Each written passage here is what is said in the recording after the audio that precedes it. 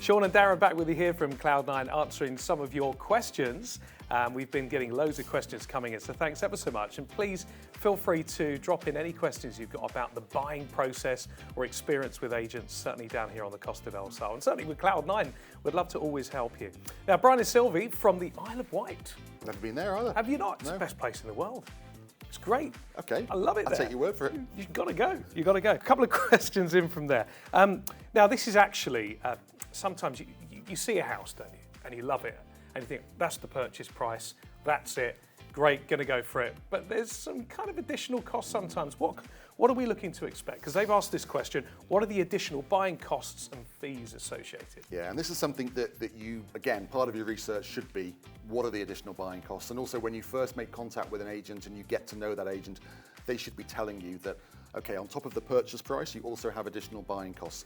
And the buying costs vary depending on whether the property is a resale property or whether it's a new development. So on resale properties, here in Andalusia, we have what's called a transfer tax. So each time a property changes hands, there is transfer tax that has to be paid by the buyer, and that is a flat 7%. It used to be stepped depending on the price. Now they've changed it, made it better, it's a flat 7%. On top of that, you have notary fees, land registry fees, which I can't give an exact figure because it varies, believe it or not, depending on the municipality where you're buying your property and also the amount of pages in your title deeds, so it's a variable sum. Also legal fees. Now the standard legal fees are 1% of the transaction value plus VAT. I always recommend that you allow for about 10 to 11% on top of the purchase price for your buying costs for a resale property. Yeah. For new developments, it's slightly more expensive because we don't have transfer tax on new developments because it's the first sale or purchase of that property. So we have what is EVA, which is like VAT in the UK. And on new build properties, that is 10%. It's a flat rate. Also, you have stamp duty to pay, which is 1.2%. This has come down recently from 1.5.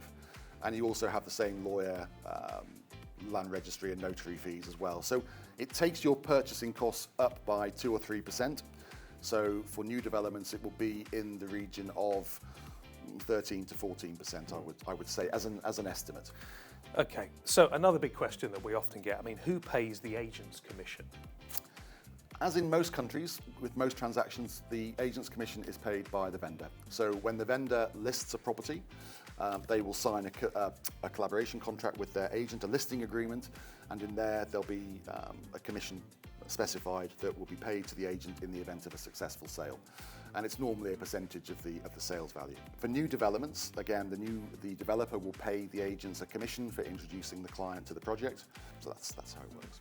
Brian and Sylv, hope that helps from the Isle of Wight. Nice place, you've got to go. I'll be there. You've got to go. More great questions being answered from Cloud9, from Sean and Darren very soon. Keep watching.